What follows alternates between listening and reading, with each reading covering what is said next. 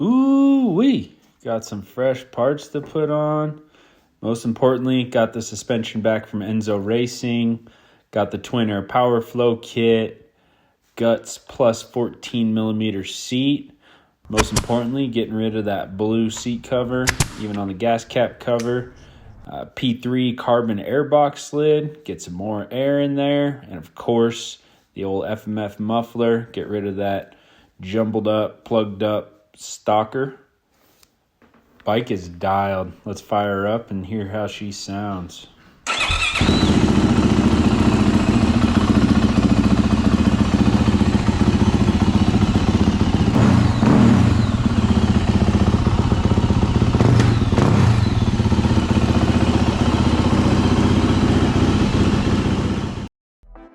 What's up, guys? We are out here at Cycle Ranch Motocross Park in beautiful Floresville, Texas. Humid, beautiful, sweating my buns off already.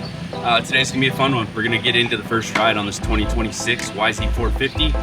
Got a few mods done on it, things like exhaust, suspension, some intake stuff I'll get into a little bit later. But we're gonna go break her in, have a good first ride. Let's go.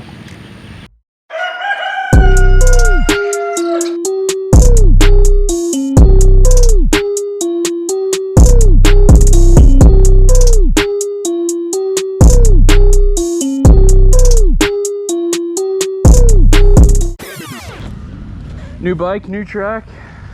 Let's do this.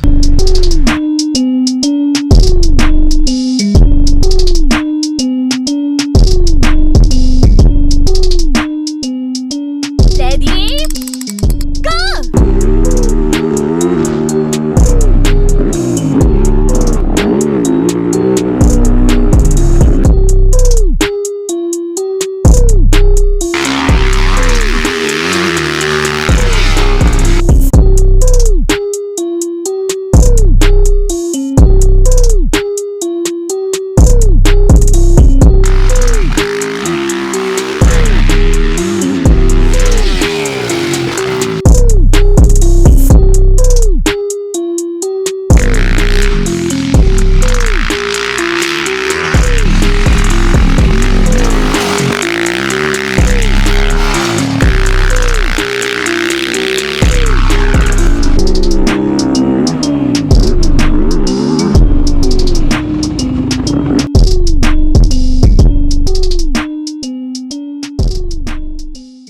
By now, you're probably caught up on the media videos that were released on Monday talking about the stock bike. So I'm going to jump right into getting the bike dialed and adding the things that a lot of you are going to be adding.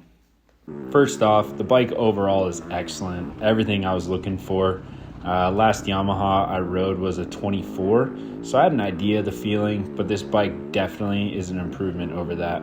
First thing that jumped out at me was how stable and glued to the track the bike felt. Enzo suspension certainly helped. It was extremely dialed right out of the box. Cornering on the bike was excellent. Huge improvement over my Kawasaki. Coming into the corner, and then once you were in the corner, you felt locked in.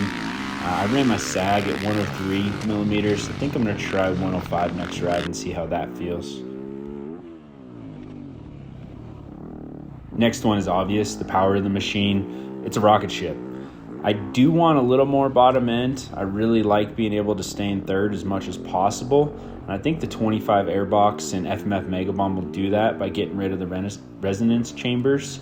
But man, this thing absolutely rips. Once it spools up, the mid to high power is unbelievable. So much fun to ride. Only a couple minor complaints.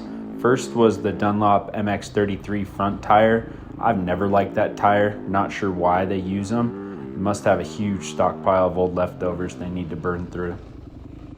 Then the last complaint is the Nissan hydraulic clutch. It just has a weird feel compared to like the Kawasaki or the Brembos that come on the Austrian bikes. Just feels really on-off, kind of has a weird engagement point. Maybe that can be fixed with a lever down the road, or maybe someone will come up with a Brembo conversion or something like that. Overall, the bike is phenomenal. I felt comfortable on it right away, and by the end of the day, I already felt like it was my bike, one I'd been on for years. As for what's next, I'm really looking forward to FMF finishing off their Mega Bomb header. And then next ride, I'll have the 25 airbox on to see how that improves the low end snap. Next video will be an update on my thoughts and feelings on the bike after I get a little bit more time on it, and maybe a side-by-side comparison of the 25 versus 26 airbox and how it affects the power delivery. Look for some more updates coming your way. Thanks for watching.